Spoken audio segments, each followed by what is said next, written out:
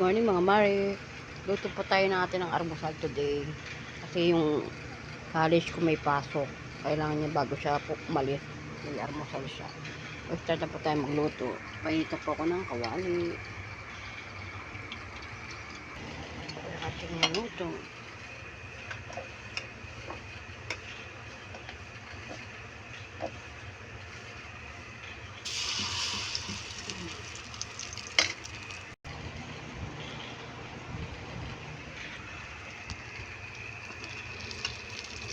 Minsan lang po ako magluto ng almusal mga mare kasi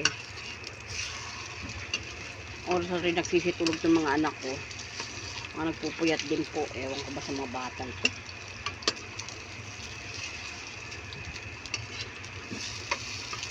Ito magsasaing na ako kasi pinalambot ko yung lulutuin ko. Yung lulutuin ko po yung natira naming alimasag yung nakaraan. Medyo malalaki siya konti. Yung gigisahin ko siya mamaya. Yung aking sinangag, nilagyan ko po siya ng itlog. Yan po, wala pong garlic yan kasi ayun ng mga anak ko ng bawang. Ano lang po yan, lagyan ko ng ginisa mix. Yung ating almusal today. Kain po tayo.